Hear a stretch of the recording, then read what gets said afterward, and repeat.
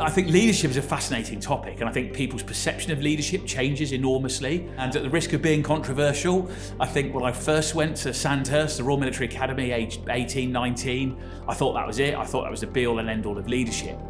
And I guess what I've learned is that one thing it did do is it makes really good decision makers, which is not necessarily the same as leadership. The danger is that we think that just because I'm working with a group of people that call me sir and essentially have to do what I tell them to do, that I'm leading them, and that's not necessarily the case.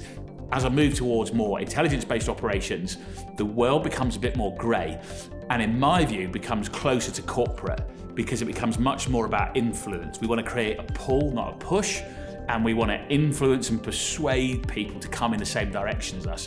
One of my favourite expressions is create a team of warriors, not mercenaries.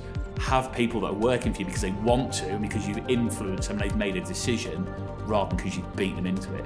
I find leadership styles a really interesting conversation, and the reason for that is I think, again, perhaps it's the way history's taught, right? We're brought up and going, so-and-so is an excellent leader, or she was absolutely brilliant.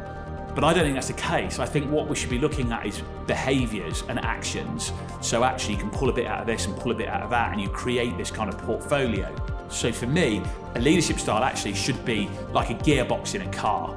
You use the right gear for the right corner at the right time. So one thing that's going to work with this group of people isn't going to work with that group of people. Of course, as a leader, that's really challenging because you've got to be a chameleon and you've got to be all things to all people. So rather than having this kind of one Spartan leadership style, because it's really important that you don't widen the gap between the leader and the led. So actually the ability to change styles, use it like a toolkit to all the people that you're talking with, and certainly, as an intelligence officer, the diversity of people we used to work with was huge, and there was no way on earth one system or one process or one style was ever going to work.